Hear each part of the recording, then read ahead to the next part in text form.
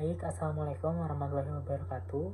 Perkenalkan, nama saya Muhammad Arif Syafadlur Rahman dengan NIM 2405096016 dari kelas BKA 2024. Di sini saya akan menjelaskan atau merefleksasikan materi-materi yang pernah diberikan dalam mata kuliah dasar-dasar bimbingan dan konseling.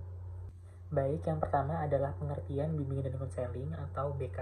Menurut Prayitno dan Amti pada tahun 2015, bimbingan adalah proses pemberian bantuan dari seorang ahli kepada beberapa individu, baik anak-anak, remaja, maupun orang dewasa, agar yang dibimbing dapat mengembangkan kemampuan dirinya sendiri dan mandiri dengan memanfaatkan kekuatan individu dan sarana yang ada serta dapat dikembangkan.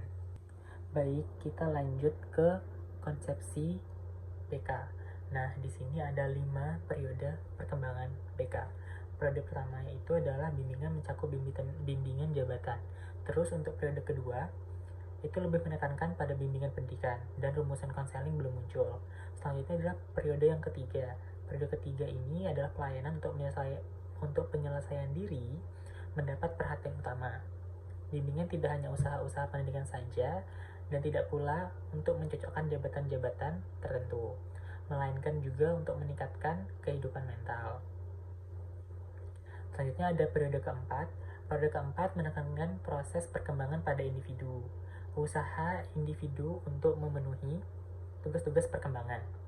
Selanjutnya itu adalah periode kelima atau periode yang terakhir. Yang periode kelima ini lebih menekankan pada rekonstruksi sosial dalam rangka membantu pemecahan masalah yang dihadapi individu. Oke, baik, kita lanjut lagi ke tujuan BK. Yang pertama ada tujuan umum. Menurut Prayitno dan Amti pada tahun 2015, bimbingan dan konseling membantu individu untuk menjadi insan yang berguna dalam kehidupan yang memiliki berbagai wawasan, pandangan dan interpretasi, pilihan, penyesuaian, dan keterampilan yang tepat berkenaan dengan dirinya sendiri dan lingkungannya.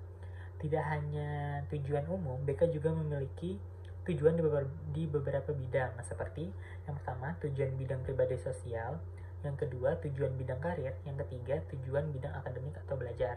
Baik, kita lanjut lagi ke asas-asas BK. Nah, di sini BK memiliki 12 asas ya teman-teman.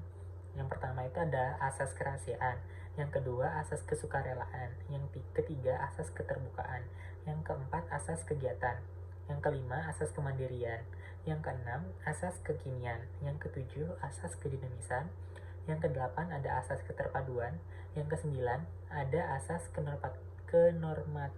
kenormatifan, yang ke-10 ada asas keahlian, yang ke-11 ada asas alih tangan, dan yang terakhir adalah asas tuturi handayani. Selanjutnya yaitu adalah kesalahpahaman dalam bimbingan dan konseling.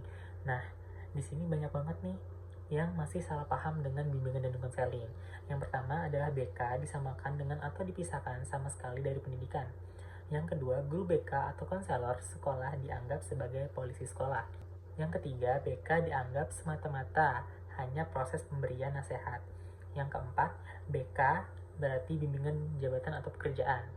Selanjutnya, BK dapat dilakukan oleh siapa saja. Selanjutnya, BK adalah tugas para ahli. Dan yang terakhir adalah hasil layanan harus segera terlihat.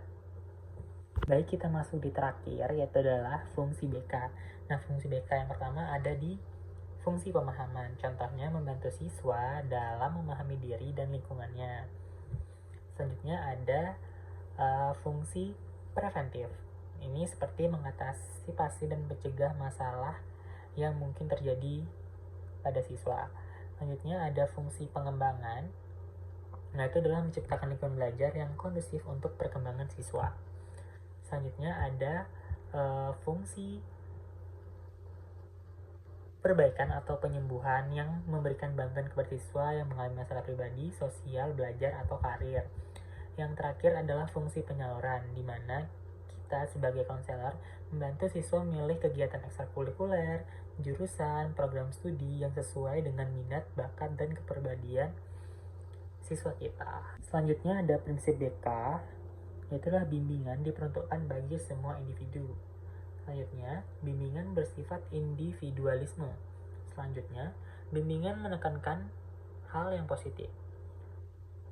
Selanjutnya, bimbingan merupakan usaha bersama. Selanjutnya, pengambilan keputusan merupakan hal yang esensial dalam bimbingan. Dan yang terakhir, bimbingan berlangsung dalam berbagai setting adegan kehidupan. Oke, baik, kita lanjut lagi ke landasan-landasan bimbingan dan konseling. Nah, di landasan bimbingan dan konseling ini ada 5. Yang pertama, historis, filosofis, sosial budaya, psikologis, dan religius. Baik, yang pertama itu adalah landasan historis. Landasan historis ini membantu memahami dan mengevaluasi perkembangan bimbingan dan konseling sebagai suatu profesi yang terus berkembang. Terus, landasan filosofis adalah sebuah dasar pemikiran yang menjelaskan prinsip-prinsip dan nilai-nilai dasar yang menjadi pondasi bagi praktik bimbingan dan konseling. Selanjutnya yaitu adalah landasan sosial budaya. Landasan sosial budaya menekankan pada bagaimana budaya dan lingkungan sosial mempengaruhi perkembangan peserta didik dan bagaimana guru BK dapat memperhatikan dan memperhitungkan faktor-faktor sosial dan budaya dalam membantu peserta didik. Selanjutnya ada landasan psikologis. Psikologis adalah landasan yang melibatkan konsep atau prinsip-prinsip dari berbagai teori psikologi yang diterapkan untuk memahami dan membantu peserta didik dalam memecahkan masalah dan mencapai potensi mereka. Yang terakhir adalah landasan religius. Landasan religius dalam bimbingan dan konseling di sekolah berfokus pada ajaran dan nilai-nilai agama dalam membantu peserta didik mengatasi masalah hidup dan memahami pandangan hidup sesuai agama yang dianut oleh peserta didik.